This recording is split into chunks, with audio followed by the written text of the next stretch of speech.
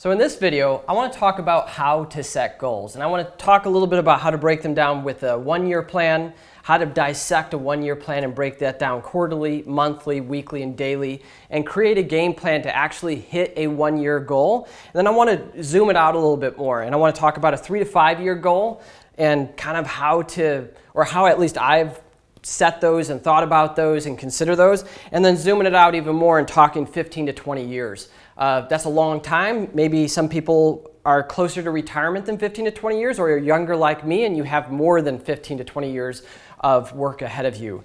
So let's start with a one-year plan. A one-year plan is really one of the, in my opinion, or at least for me, has been one of the easiest ways to kind of figure out where you want to go. Where were you in the last 12 months and what did you accomplish and what do you believe you can accomplish in the next 12 months?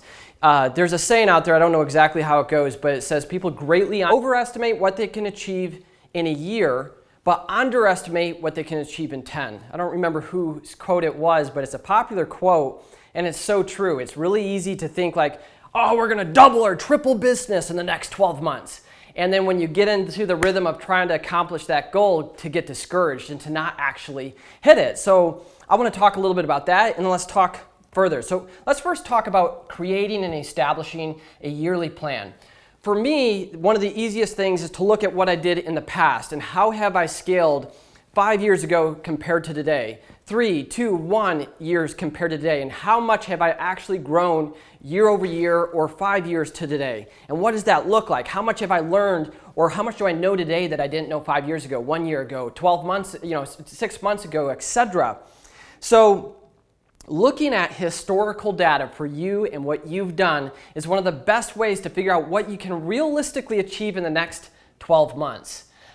It's really easy to get bigger eyes than what you can actually do, myself included. I've overestimated what I can do a lot in the next 12 months, and you hit roadblocks, you get setbacks, you have some failures, and it pushes you back and things don't always go as planned. So if you're thinking of 12 months, look at your historical data and see how much you've grown and try to be realistic. Don't undershoot your goals. But if you're really unrealistic, you're going to set yourself up for discouragement. You're going to set yourself up for failure, for disappointment, and it's just not good on morale. So try to be realistic, but push the boundaries a little bit. Maybe if you have grown 20% to 50% in revenue year over year for multiple years, setting a 50% revenue growth is completely reasonable based on your historical data and how hard you want to work in the next 12 months. So once you create an actual plan, in another video I'm going to help you reverse engineer that plan, reverse engineer that goal. Start at the top, start with the goal and figure out the step-by-step plan to actually achieving it. And we're going to talk about that in another video. But the easiest way to do it is to break it down into quarterly goals, then from quarterly to monthly, from monthly to weekly, and from weekly to daily. In real estate especially, if you're a real estate agent, it's easy to take a 1 year goal, figure out what that is, figure out how many homes you need to sell to meet it, and break that down into daily, weekly, monthly, and quarterly activities to actually do it. We're going to talk about that in another video. So that's what I would do when you're setting a 1 year goal, is what have you done historically and what do you feel you're going to do in the next 12 months based on how hard you want to work, how many vacations you want to take, what's coming up, if you're going to have a child, maybe your first kid in the near future, be realistic. How much time are you going to take off? Or if you're going to have a major surgery or a major event happening in the business that's going to distract you. Think about those things and be realistic so you don't end up disappointed, discouraged, and throwing them all out in the toilet and restarting. I have to say that goals have been always a frustrating but exciting thing for me at the same time, because it's easy to overshoot and overestimate what you're actually going to achieve.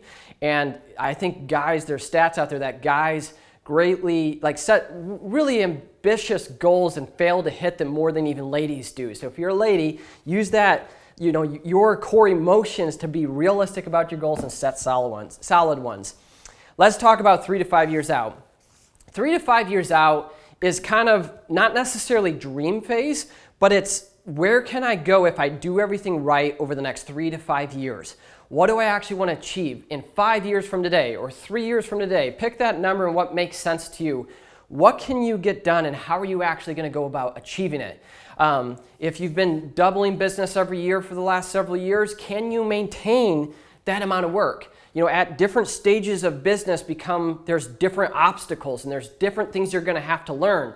So it's really easy to say like, oh, we're going to be 10 times the size or whatever that is. But be realistic, and maybe if you're selling real estate, maybe your goal is saving more of it, setting yourself up for retirement, investing in real estate because you're in it all day, every day, right? Or saving in a 401k or Roth IRA or whatever that is to you. Set those goals and look out into the future and do it. For me, there's so many things about this, and this is something I've done a lot of over the last several years. And it's easy to get discouraged, but it's easy to get excited, and it's easy to have these things drive you. In another video or other videos before this, I'm going to talk about connecting with your why, with your purpose, with your goals, and what really drives you as a person. So if you didn't watch that, go back and watch those, because when you set goals, understanding what it is that drives you, what it is that motivates you, is really important in times of hardship or times of setbacks or failures. It helps you get out of a rut or get unstuck and achieve more. If you can connect with that purpose, with that why, with that thing that drives you, whatever it may be. And that's really important when you're going for a 3 to 5 year goal. Now let's talk a little further out. Let's talk 15 to 20 years. Depending upon your age and when you actually want to retire, obviously adjust this. And this is all based on where you want to go. Maybe it's retirement. Maybe it's having half of your retirement saved if you're younger and you're at your prime right now, working your butt off. The other thing to consider as a real estate agent is not being unrealistic. Like, don't make tons of money and spend it, and then hard times fall or stuff changes or the market changes, and you're not prepared for it. And so when you're thinking 15 to 20 years out, think of market trends. Think of the last recession we just went through and how that felt if you worked in it or were in a different industry or dependent upon what you're doing. It's not fun. Real estate definitely has its ups and downs. If you go and look at historical data over the last 100 years, it's interesting to see what it's done. So be realistic. There's lots of changes that could happen in the real estate industry. If you look at what Uber has done to taxis, or even Travelocity and the travel websites did to the travel industry, and how hard people are working to disrupt the real estate industry. When you think of those things, think of those when you think of your 15 to 20 to 30 year goal, and be realistic. Houses, people still need them. They still need a roof over their head, but how real estate happens could change, and nobody knows, or in my opinion, can truly predict the future. We can all look at economists and see what they've said and see what they've done, but until it actually happens, it hasn't happened. So let's be realistic when you're setting those long-term goals for yourself.